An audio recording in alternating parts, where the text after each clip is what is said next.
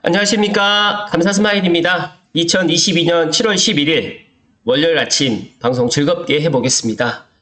지난 주말에도 상당히 무더웠는데 어떻게 보내셨는지.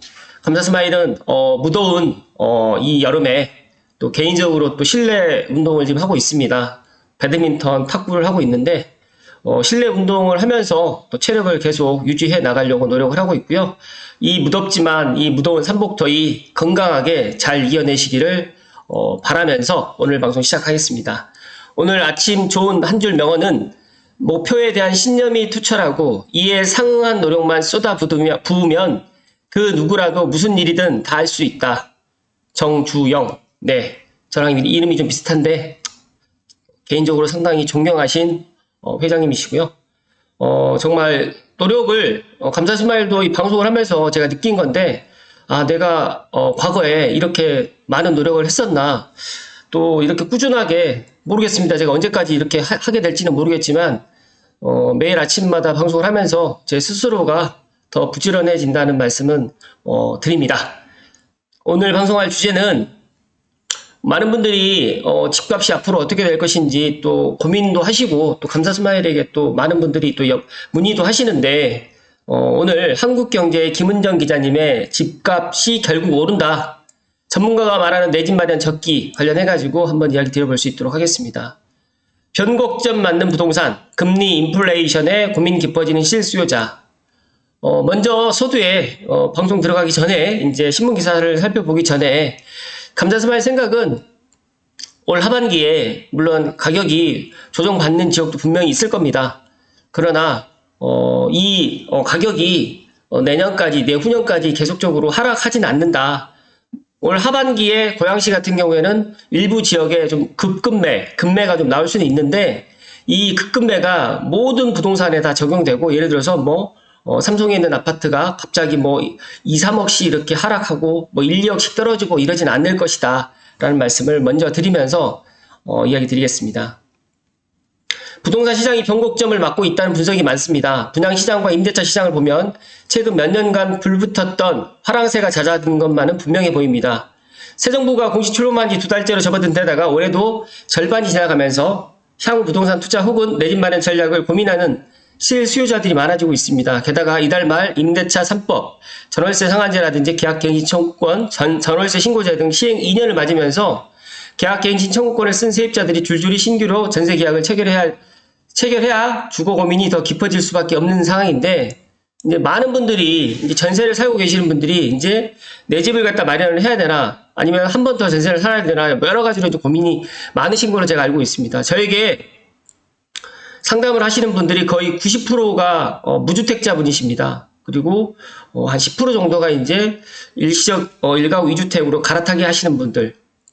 다주택자 분들은 저에게 상담을 거의 하지 않습니다. 그러니까 제가 왜 이런 말씀을 드리냐면, 그 정도로 지금 무주택자 분들이 이제 많은 그러니까 집을 마련해야 되나, 집 마련을 갖다 하려고 하면 과연 언제 내 집 마련을 갖다 하는 게 적기일까, 이렇게 이야기를 하는데, 제가 말씀을 드리면 적기는 따로 없습니다. 그러니까 가격이 떨어져도 안 사실 분들은 안 사시고요. 가격이 올라가면 사실 분들은 또 사세요. 근데 제가 부동산 현장에서 10년, 12년 정도 있어 보니까 어떤 느낌을 받냐면, 내 상황, 내 여건이 될 때 집은 장만하는 겁니다. 예를 들어서 내가 금리가 올라가더라도 내가 그 금리에 올라가는 걸 버틸 수 있는 분들은 크게 문제가 안 되고, 또 반대로 집값이 떨어진다고 하더라도, 예를 들어서 제가 집을 6억에다 7억 정도 샀어요. 그 집값이 5억이 되거나 4억이 되거나 그러지 않거든요.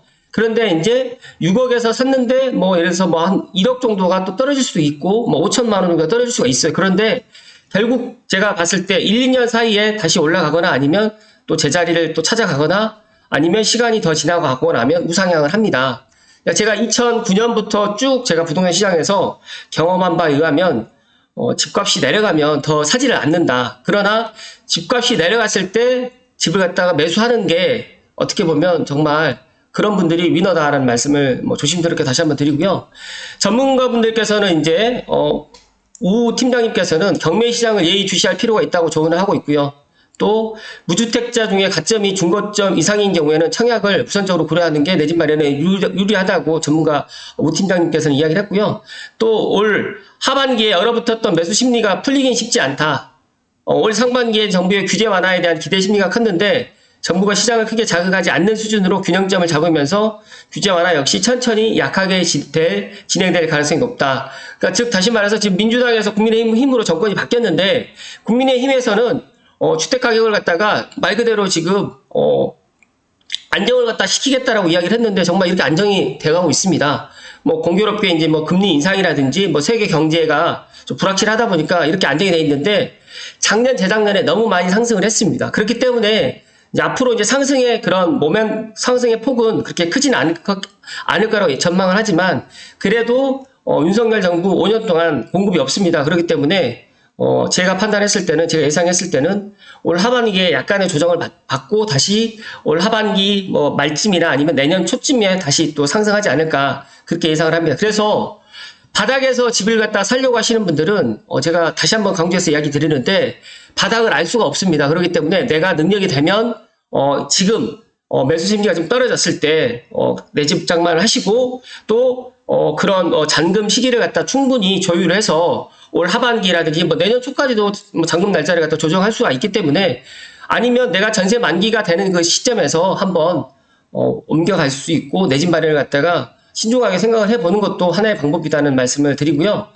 여경희 수석연구원님께서는 불확실한 시장 환경에서도 아파트가 가장 안전자산이라고 꼽았습니다. 그래서 물가와 금리가 상승하면서 경기 침체 우려가 불거지고 있는 상황을 감안해서 지금 조언을 하는 거지만 가격 하방 지지가 가능한 상품에 투자해야 되는데 결국은 환금성이 높은 아파트가 그렇다는 얘기입니다. 예를 들어서 뭐 상가라든지 토지라든지 뭐 여러 가지의 이제 그런 오피스텔이라든지 이런 투자 상품들이 있는데 부동산 중에서도 가장 그래도 안전한 자산이 아파트라고 저는 생각을 합니다. 그래서 여경희 수석연구원님께서도 그런 아파트 관련해 가지고는 안전자산이라고 이야기를 드렸고 또 특히 새 정부에서 민간주택 공급 확대에서 이제 힘을 쏟고 있는 만큼 재건축이라든지 리모델링 투자가 유망하다는 설명도 내놨는데 제가 재건축과 리모델링은 시간이 많이 걸립니다. 최소 저는 6년에서 10년 정도 내다봐야 됩니다. 그렇기 때문에 만약에 내가 하루라도 빨리 아니면 내가 2, 3년 안에 내 집 마련을 갖다 희망을 하시는 분들은 지금 전세를 끼고 매수를 하시는 방법 1, 아니면 내가 전세 만기 때 내 집 마련을 하는 방법 2,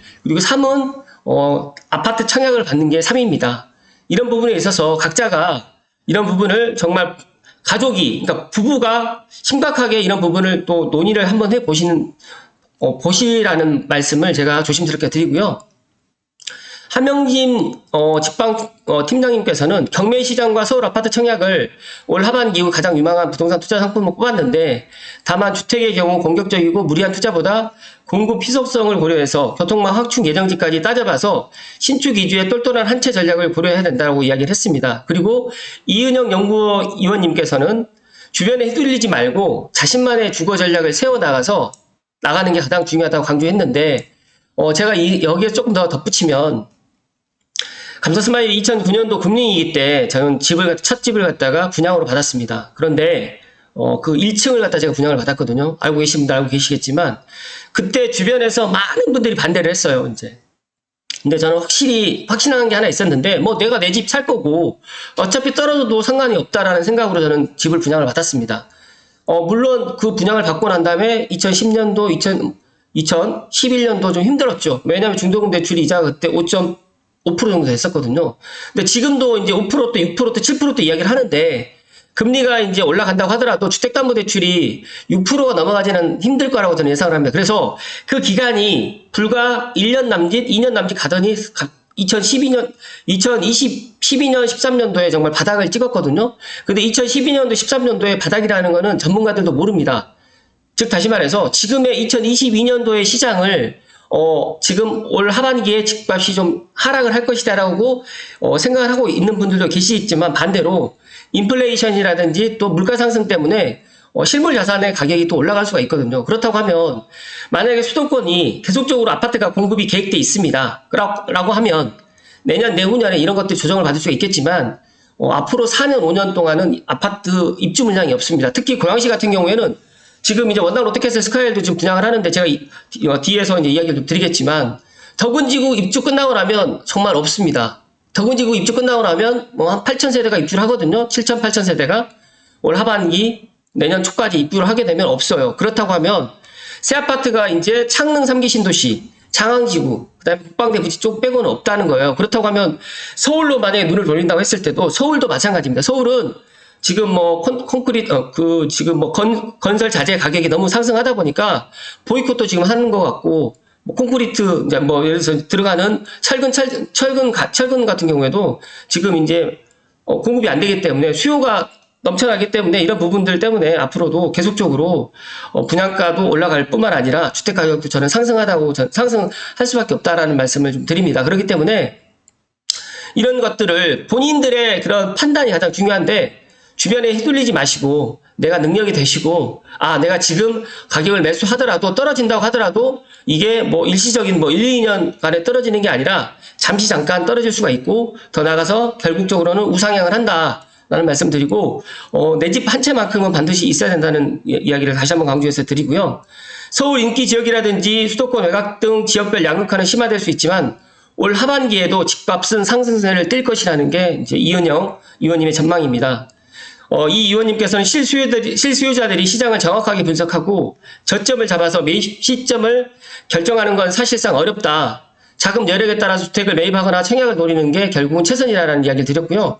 지금처럼 인플레이션이 심하게 되면 실물 자산의 가치도 동시에 오르기 때문에 실물 자산인 부동산도 결국은 오를 수밖에 없다라고 이야기를 합니다. 감사 스마일이 제가 부동산을 하고 있어서 말씀드리는 게 아니라 지금이 어떻게 보면 가장 내 집 마련하기에 적기인데 지금 그 부분에 있어서 금리 인상이라든지 집값이 더 떨어지면 어떡할 것인지 그런 불안 심리 때문에 더 못하는 거고 제가 판단했을 때 올 하반기 추석 전까지는 이런 식으로 지금 집값이 좀 조정을 받을 것 같고 추석 이후가 된다고 가정했을 때 저는 그래도 일부 지역 같은 경우 특히 서울 같은 경우 또 수요가 많은 곳이라든지 선호도가 높은 또 미래 가치가 있는 지역은 또 상승할 것이라는 말씀을 제가 조심스럽게 드립니다. 제가 물 한 잔만 마시고 오늘 방송 마무리 지을 수 있도록 하겠습니다.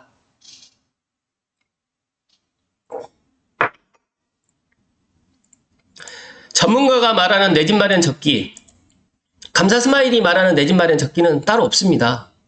따로 없다는 게 내 집이 예를 들어서 뭐 1, 2억 하는 게 뭐 결정을 갖다 해야 된다라고 하면 정말 신중하게 결정을 갖다 안 하시고 그냥 해도 되는데 내 집이 아무리 싸도 5억 이상이기 때문에 5억에서 10억 정도를 가정했을 때 고양시를 기준으로 했을 때 신중하게 판단하는 건 맞는데 내 집 마련 타이밍은 정말 일반인들이 잡기가 어렵습니다. 그래서 저는 내 집 마련 타이밍을 어떻게 제가 이야기를 드리냐면 내 능력이 되었을 때 집값이 떨어져도 상관이 없다라고 판단을 가졌을 때 내 집 마련을 하시라는 말씀을 드립니다.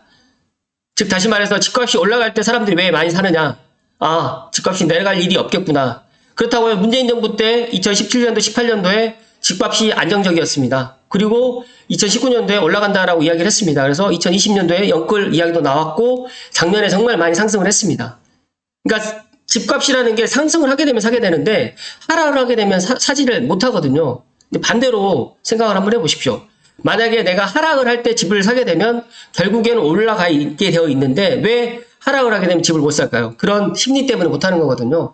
그렇기 때문에 저는 그런 마음을 하락해도 괜찮아. 내가 거주할 집이야. 그리고 원금과 이자를 갖다가 상환해 가면서 조금 내가 사고 싶은 걸 조금 덜 사게 되고 차를 좀 바꾸는 것도 좀 늦추고 핸드폰도 좀 조금 몇 년 더 쓰고 이런 식으로 내 그런 생활 패턴을 조금 바꾸게 되면 충분히 내 집 마련을 할 수 있다는 말씀을 좀 드리고요. 5억짜리, 10억짜리 집을 내가 현금 10억, 현금 5억을 가지고 집을 살 수는 없다. 대출을 끼고 살 수밖에 없고 대출인 레버리지를 일으켜서 할 수밖에 없는데 그런 것들을 감당할 수 있는 분들은 지금이라도 내 집 마련을 꼭 실행에 옮기시라는 말씀을 강하게 이야기를 좀 드리고 추가적으로 감사 스마일이 쉬는 일요일에도 많은 분들이 제가 전화 상담을 안 드린다라고 정말 방송에서 그렇게 이야기를 많이 드렸는데도 감사 스마일이 참 닉네임이 좋아서 그런지 아니면 모든 사람들에게 다 친절할 것이라고 또 생각을 해서 저에게 쉬는 날에도 이제 연락을 많이 주시고 심지어는 전화도 주시고 카톡도 주시고 메일도 주시고 진심으로 감사드립니다. 그래서 그런데 그분들이 이제 다 저에게 하는 얘기가 딱 공통적인 이야기입니다. 감사 스마일 TV 애청자입니다. 감사 스마일 TV 구독자입니다. 그런데 저도 어떤 뭐 많은 그런 유튜버 구독을 하고 있거든요. 그러나 저는 뭐 그런 구독을 하고 있음에도 불구하고 저는 그런 분들께 제가 뭐 전화나 뭐 카톡이나 메시지는 드리진 않습니다. 그러나 저에게 이제 그런 분들이 있기 때문에, 그런데 제가 이제 방송을 갖다가 이제 계속적으로 이야기를 드리기 때문에 제가 그런 상담을 안 드려도 뭐 저에게 전화를 안 올 거라고 저는 생각을 했지만 전화가 너무 많이 오고, 또 원당 뉴타운 롯데캐슬 스카이레일이 오늘 7월 11일 특별 공급입니다. 그렇다고 하면 어저께 저에게 전화를 주시는 게 아니라 넉넉하게 한 4, 5일 전에 전화를 주셔가지고 뭐 상담을 갖다 받는다든지 그렇게 하면 더 좋았을 텐데, 또 사람인지라 또 뒤늦게 또 제 방송을 또 보시는 분들이 저희가 또 간절하게 또 이야기를 하시는 거기 때문에 제가 마지막에 제 방송을 끝까지 보시는 분들께 이제 이런 것들을, 제가 방송을 처음부터 끝까지 하게 되면 제가 하반부에 이런 이야기를 제가 드리거든요. 근데 그런 이야기를 갖다 보지 않고 제가 평균 시청 시간을 보게 되면 5분 정도밖에 안 되거든요. 그러니까 제가 16분에서 방송을 하게 되면 평균 시청은 5분입니다. 그렇다고 하면 제 마지막 부분이 거의 5분에서 7분 이상이 되는데 좀 안타깝고, 제가 부동산을 갖다가 이런 인사이트를 갖다 계속적으로 키워야 되고 공부를 해야 된다라고 이야기를 하는데 공부를 갖다 하지 않으면서 좀 쉽게 얻어가려고 하시는 분들이 너무 많아서 안타깝긴 하지만, 그래도 감사 스마일 TV 단 한 분이라도 저에게 물어보셨던 분이 있었기 때문에 말씀을 좀 드리겠습니다. 원당 뉴타운 롯데캐슬 스카이에일에 뭐 저는 10원짜리 하나도 받은 적이 없다는 말씀 드리고, 원당의 미래 가치를 보고 충분히 특별 공급 신청해도 되고요. 어떤 분들은 5구 타입의 2인 가구, 1인 가구만 살아도 된다, 뭐 너무 작다라고 이렇게 이야기를 하는데, 제가 이런 말씀 드리면 좀 욕을 할 수도 있겠지만 예전에 4인 가구가 방 하나에 살았습니다. 지금 너무 우리나라가 정말 선진국으로 가기 때문에 물론 84제곱에 혼자 사시는 분도 제가 많이 알고 있는데, 그렇게 생각하지 마시고 정말 5구 타입, 만약에 84 타입이 있으면 84 타입을 갖다가 제가 신청을 하라고 했겠지만 5구 타입에 일단 당첨되고 2024년 8월 이후에 원당 뉴타운 롯데캐슬의 입주 시점을 한번 생각해 보시면 지금의 분양가는 정말 싸다는 말씀 드리고요. 저는 올 하반기나 내년 초가 되면 5억대 분양가는 20평대 없다는 말씀을 정말 강하게 이야기를 드립니다. 제 방송 끝까지 보신 분들께 혜택이고, 원당 뉴타운 롯데캐슬 특별 공급이든 1순위 기타 지역 꼭 청약하시라는 말씀을 다시 한번 이야기 드리면서 오늘 방송 마칠 수 있도록 하겠습니다. 저에게 정말 많은 분들이 문의를 해주셔서 제가 오늘 부득이하게 제가 이야기를 좀 해드렸고요. 원당이 여기에 있습니다. 여기에. 앞으로 이제 서운흥로 부분 확장이라든지 3기 신도시가 들어오면서 이제 앞으로 너무너무 좋아지는 그런 앞으로 계획들이 많이 잡혀져 있습니다. 지금의 2022년 7월을 보지 마시고 제발 감사 스마일 TV를 애청하신 분들만이라도, 그러니까 감사 스마일 TV를 애청하시는 분들은 꼭 내 집 마련했습니다, 감사 스마일 덕분에 당첨됐습니다, 이런 감사함을 갖다 표시할 수 있는 그런 분들이 좀 되어주시고, 감사 스마일도 인간인지라 저에게 가끔 가다가 정말 애청자입니다, 구독자입니다 라고 해서 연락 주시면 저도 정말 바쁘고 일이 많거든요. 다 일일이 상담 못 해드립니다. 그러나 저에게 꾸준하게 댓글 남겨주시고 좋아요 눌러주신 분 제가 다 알고 있거든요. 저 다 기억하고 저하고 통화했던 분들 제가 다 기록에 남겨놓습니다. 그렇기 때문에 정말 감사 스마일 TV 제가 저에게 밥 사달라고 말씀드리는 것도 아니고 구독과 좋아요 눌러주시고, 그리고 저에게 응원의 댓글, 그리고 주변에 고양시의 유튜버 감사 스마일이 있다, 이런 이야기들을 좀 해주시면 제가 큰 힘이 돼서 이렇게 앞으로도 꾸준하게 부동산 부분에 있어서 특히 고양시 관련해가지고 이야기를 드리겠습니다. 내년에 2023년도 내년에 정말 고양시가 지금하고 어떻게 달라지는지 정말 한번 지켜보십시오. 제가 더 이상 이야기를 드리면 입이 아프기 때문에 내년 돼보시면 알게 될 겁니다. 다시 한번 원당역 롯데캐슬 스카이에 청약하시라는 말씀, 무주택자분들, 그리고 대출 걱정하지 마시고, 쉽게 말해갖고 계약금 10% 가지고 집 살 수 있는 거는 없습니다. 아파트 분양 빼고는. 잔금 날짜도 2024년 8월입니다. 2년 동안 열심히 또 돈 모으셔가지고 실입주 하시고, 실입주 만약에 안 된다고 하면 그때 가서 전세 주시면 됩니다. 또 만약에 그것도 안 된다고 하면 그때 가서 파시면 됩니다. 일단 당첨되시고 고민하시라는 말씀 다시 한번 드리고요. 감사 스마일도 인간입니다. 제발 저를 갖다가 그냥 그런 인간이 아닌 것처럼 생각을 안 해주셨으면 다시 한번 감사드리겠고요. 감사스마일도 감정이 있는 인간이라는 말씀 끝으로 드리면서 오늘 방송 마치고요. 이번 한 주도 건강하시고 행복하십시오. 고맙습니다.